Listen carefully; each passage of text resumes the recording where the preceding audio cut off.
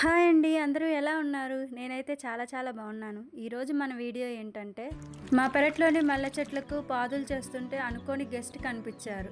వీడియోలో చూడండి, మీకే అర్థమవుతుంది. ఎర్త్ వామ్స్ ఇవి చాలా మంచివండి. వీటి వల్ల చాలా బెనిఫిట్స్ ఉన్నాయి మట్టికిను మొక్కలకు కూడాను. ఇవి హానికరమైనవి అయితే కాదండి. మళ్ళీ జాగ్రత్తగా మట్టిలోనే పెట్టేశాను. లాస్ట్ టైం వీడియోలో నేను రైస్ వాటర్ యూస్ చేస్తున్నా అని చెప్పాను, కానీ ఒకసారి కూడా వీడియోలో అయితే చూపిలా. ఈరోజు అయితే చూడండి, రైస్ వాటర్ యూస్ చేస్తున్నాను. మొగ్గలు చాలా బాగుంటాయి, చెట్లు కూడా ఆరోగ్యంగా ఉంటాయి. సమ్మర్ సీజన్లో మల్లెపూలు స్టార్ట్ అవుతాయి కదండి, అప్పుడు మంచిగా రోజు మార్నింగ్ ఈవినింగ్ 2 టైమ్స్ మొక్కకు రైస్ వాటర్ ఫీడ్ చేయడం వల్ల చాలా బాగా పూలు పూస్తాయి.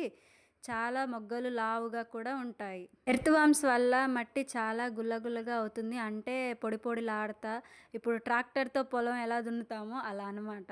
అలా అవుతుంది. ఎగ్జాంపుల్ చెప్పానండి, మీకు అర్థం కావడం కోసం. ఈ మొక్క పేరు వచ్చేసి దొంతర మల్లె అంటారు, బొంత మల్లె అంటారు, గుండు మల్లె అని కూడా అంటారు. ఎందుకంటే పైన గుండ్రంగా ఉంటుంది మొగ్గకు, అందుకే దీన్ని గుండు మల్లె అని కూడా అంటారు. చూసారా, మొక్క చిన్నదే కానీ ఎన్ని మొగ్గలు ఉన్నాయో, మొగ్గలే కనిపిస్తున్నాయండి. వీడియోలో చూస్తే మీకే అర్థమవుతుంది ఎంత బాగున్నాయో. కాడ కూడా చాలా మందంగా పొడవుగా ఉంది.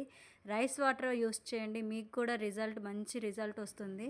ఈ పూల స్మెల్ చాలా బాగుంటుందండి. విచ్చుకున్న పూలని మనం ముట్టుకున్నామంటే ఆ స్మెల్ అనేది కొన్ని నిమిషాల పాటు మన చేతికి అలాగే ఉంటుంది. అంత బాగుంటుంది. ఈ మొక్క తీగజాతికి సంబంధించింది కాదండి, పొదల్లాగా పెరుగుతాయి. ఇలాంటి మరిన్ని వీడియోస్ కోసం నా ఛానల్ని లైక్ చేయండి, షేర్ చేయండి, సబ్స్క్రైబ్ చేయండి. Thanks for watching.